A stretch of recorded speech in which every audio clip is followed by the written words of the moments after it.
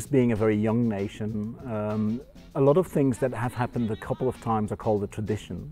I've jokingly said anything that happens twice in this city is called a tradition, and everything that happens 5 times is an institution. So we took Festival First Night into a new direction with Day 1, which is a great new adventure, trying to open it up to different audiences in different parts of the city throughout a whole day of celebration. We also wanted to reintroduce some art forms that had been overlooked for a couple of editions, including opera and music drama. And that's one way of, reinvigorating the festival every once in a while.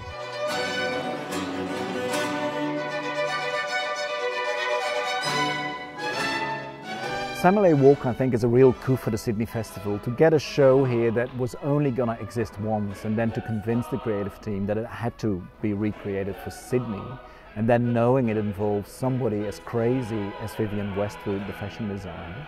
What it is a mixture of opera, fashion design and punk.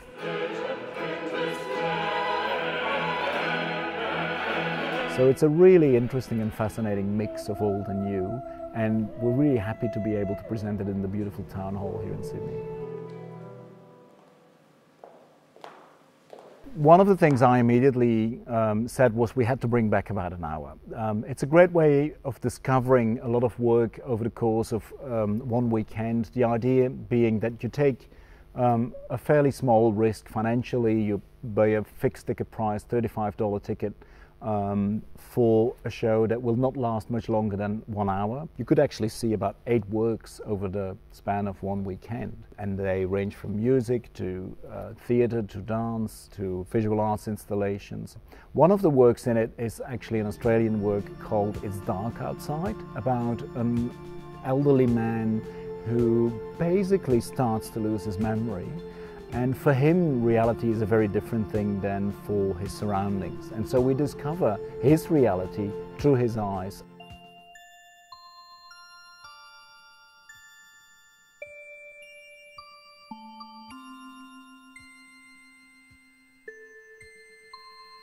There's a couple of other really beautiful international and local projects, including Symphony by Lex on the Wall, that will have a new look at Beethoven's 7th Symphony played on an electric guitar.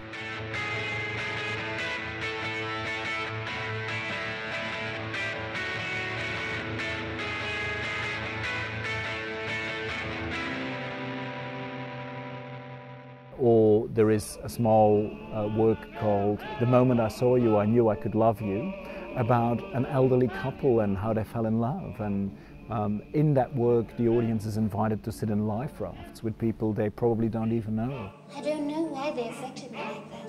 I just couldn't stop looking at them. One of the things I found really important was to engage with Asia and to bring a number of works from Asia. So we're having a Chinese opera, we're having an Indonesian grunge band, we're having a mainland Chinese visual arts installation, we're having work from the Middle East, theatre from Kuwait, a Japanese band, Osaka Monorail, and all of them actually really are very different takes on what we think is Asia. Of course, there's much more that we bring, not just from other parts of the world, but also to give local artists a chance to be on that international stage.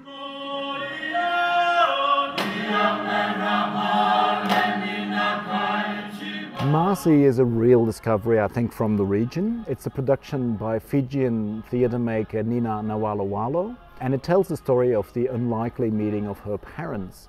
Her father was a Fijian tribal chief, and her mother was somebody trained as a nurse in England. And when Nina's parents died, she started to literally put all the pieces back together and to work out what that relationship was and how it started.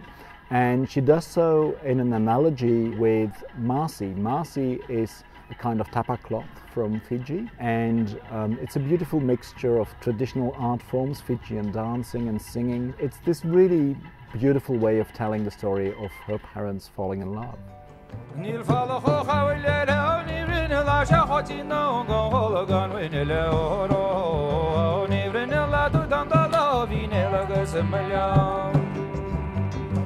Rian is Irish, but then again it's not, because it brings together Irish traditional music, folk music, with an amazing array of performers, and contemporary dance, but in a way that actually involves West African elements as well. It's quite an amazing experience.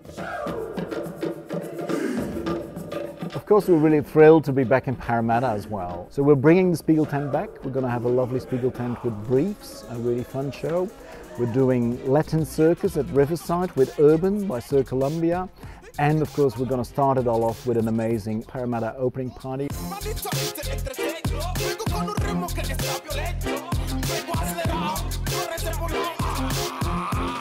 Urban is probably going to be the hottest show in the festival. Sir Columbia is this amazing group of hot Colombian men and women that started off as street performers and that through a charity project actually got together and were taught some new skills that they could develop in this amazing show.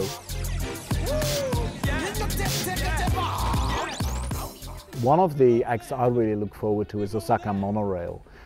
They're a soul band from Japan, from Tokyo. It's just so cool to see these Japanese kids jump as if it was Harlem in 1967.